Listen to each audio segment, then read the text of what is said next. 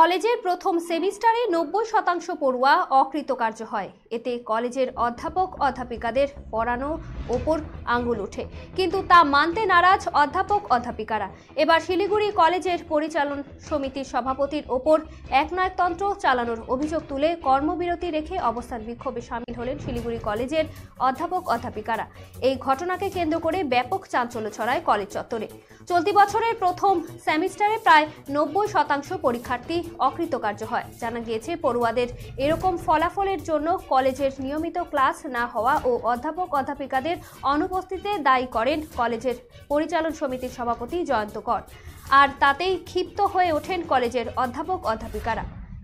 এরই প্রতিবাদে সোমবার কর্মবিরতি রেখে অবস্থান বিক্ষোভ শুরু করেন অধ্যাপক অধ্যাপিকারা। তাদের অভিযোগ, সভাপতি তাদের ফাঁকিবাজ শিক্ষক বলেন। সভাপতি এমন মন্তব্যে অধ্যাপক অধ্যাপিকারা অপমানিত বোধ করে। এই অভিযোগ কোনোভাবেই মানতে নারাজ। তাদের দাবি, তারা প্রতিনিয়ত ক্লাস করেন, কিন্তু বেশিরভাগ ছাত্রছাত্রীরাই অনুপস্থিত থাকেন, অথচ এর খোঁজ রাখেন না সভাপতি। তাদের আরও অভিযোগ, অধ্যাপক অধ্যাপিকাদের কোনো কথাই শোনে না সভাপতি। তিনি নিজের খেয়াল খুশি মতো কলেজ চালান। অবিলম্বে সভাপতির কথা সর্বসমক্ষে ফিরিয়ে নেওয়ার দাবি জানান অধ্যাপক অধ্যাপিকারা।